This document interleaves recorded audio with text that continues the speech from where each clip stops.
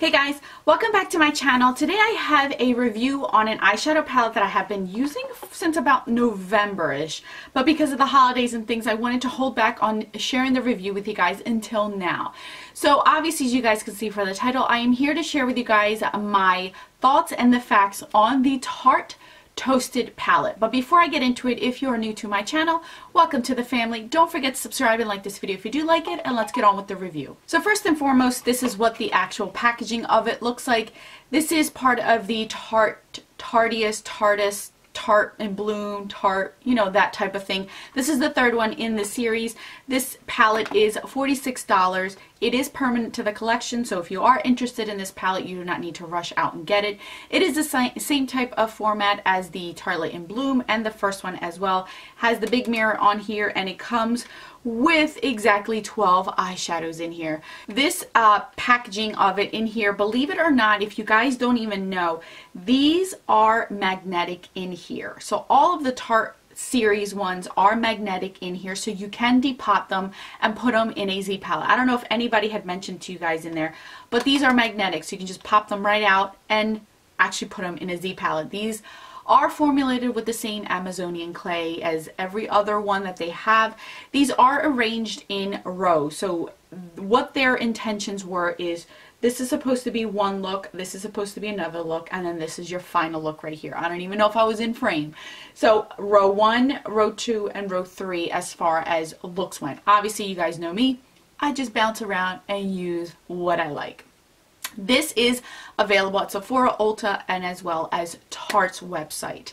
Now, the other thing that this does bring, and I don't know if I have it in here, yes I do, it does bring a guide, as it usually does, to share with you guys looks that you guys can do on the actual Tarte website as well. They do have some tutorials, video tutorials, so you guys can see how to use these, as well as live swatches. I will also swatch these for you guys so you guys can see how they show row by row on camera. So like I mentioned, there are 12 eyeshadows in here. You get a total of 1.5 grams of product. So each of these is 0.053 ounces. So that is a good size for what you're paying for, and as far as how much you're getting, because you're not going to go through this rather quickly. The finishes of these are in satin, matte, and shimmer. There are 7 mattes, and then the rest are either shimmer or satin finishes. My observation of this palette, now that I have given you all the facts of what this palette entails and what it brings, this palette is good. It is good. It is not better than my In Bloom. I will tell you right now, my In Bloom one is still my #1 favorite, and I'm going to explain to you why. If you're looking for a warm toned eyeshadow palette that doesn't have any reds, this is a good one to have. You do get a mixture of both, like I mentioned. You get a lot of mattes, so it's very versatile and you can use it for everyday use. If you're into warm palettes, this is something you would like. I would say that this does cater to a lot of skin tones, from fair all the way even to deep, because you do have those deep shades in here. This one will look absolutely stunning on somebody with deep skin tone. Oh, beautiful on the eyes. So I see that it does cater. These did last on my eyes 10+ hours, so the actual formula is really good.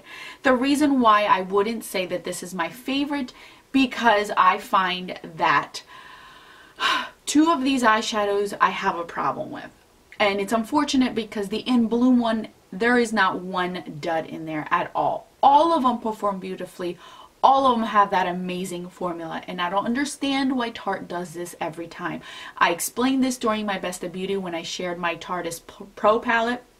Not one dud in there at all, and that's what I know Tarte can do, so I don't understand why there's duds in here.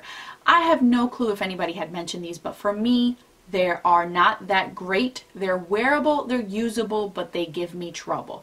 And I'm talking about this color right here in Cashmere, as well as this color right here in Candle. These 2 colors, this one is super powdery. So when you press your brush in there, even going gently, it reminds me of the Subculture palette where you have to be careful how you use it. It still blends really nice on the eyes. You just get a ton of powder kick up. And then you bounce over to this shade and this one's beautiful. So I don't understand the inconsistency with that. This one is very crumbly. You have to use this with a glitter glue or wet your brush because you will get massive fallout, and if you use this with a fluffy brush, you're not going to get any payoff on your eyelids at all. Like, this is very crumbly. I don't know if you guys can see that. It is super, super crumbly on my finger. So I don't like that one, and that's the one that I drew my eyes to first. So this one I have to use wet or I have to use a glitter glue. That's the reason why I'm not 100% a fan of these, because of those two shades. Why couldn't they make them like these or like these two that are really, really good? It's just these two I have a hard time using. Even this matte brow bone shade is beautiful on the eyes. So overall, I do like it. I do like the palette. I will get use out of it. I have gotten use out of it. It has been a great companion palette or assistant palette with other eyeshadows that I have been working with.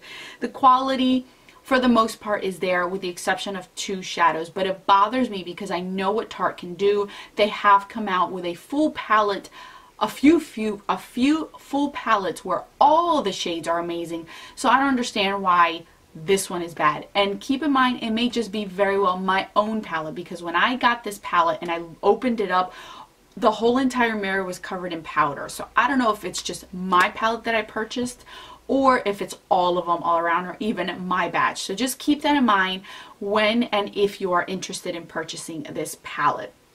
Out of 10, I give this palette a 6 or 7. I wouldn't rate it any higher than that just because of the inconsistency. It drives me insane. It's just me. I'm very picky with my eyeshadow palettes, especially since I've tried so many over the years. I know what they can do, and this should have been 100%. It really should have been 100%. I am going to keep it because I know I will get use out of it. I know that I can use it in my kit if anybody's interested in a warm eye look, but not red, because red can tend to make you look dead or sickly. So I am happy that this one doesn't have it. If you did not like the Naked Heat because of all the red tones in it, this might be something you might like. This is a pretty palette. It is a pretty palette. And then this one in particular I did want to mention. This one has some glitter flexes to it. And it's a shame because I wish that was matte as well. This one, you will get the flakes falling out of it, so you have to use that one wet or tap off the excess to get the glitter off, and then you should be fine to use that as a matte. But keep that in mind, the chunks of glitter in this one are bigger than normal whenever I say there is sparkle in an eyeshadow, but you can't notice it. In this one you will notice it, so keep that in mind with that one as well. So those are my thoughts on the Tarte Toasted palette. That's such a tongue twister for me. I don't know why. I hope you guys enjoyed it. Let me know in the comment section if you did get it for Christmas, if you did purchase it for yourself, what your thoughts are on it. I have watched a few reviews and I haven't heard anybody mention those two actual shades being duds, so it may just very well be my palette, but I did want to mention it to you guys because I don't want you guys going blindly buying it and realizing those two shades are horrible. So I just wanted to mention that. Thank you guys so much for watching. I will list it down below if you are interested. I will catch you guys in my next video, and don't forget that a smile is the best makeup a girl can wear. Bye guys.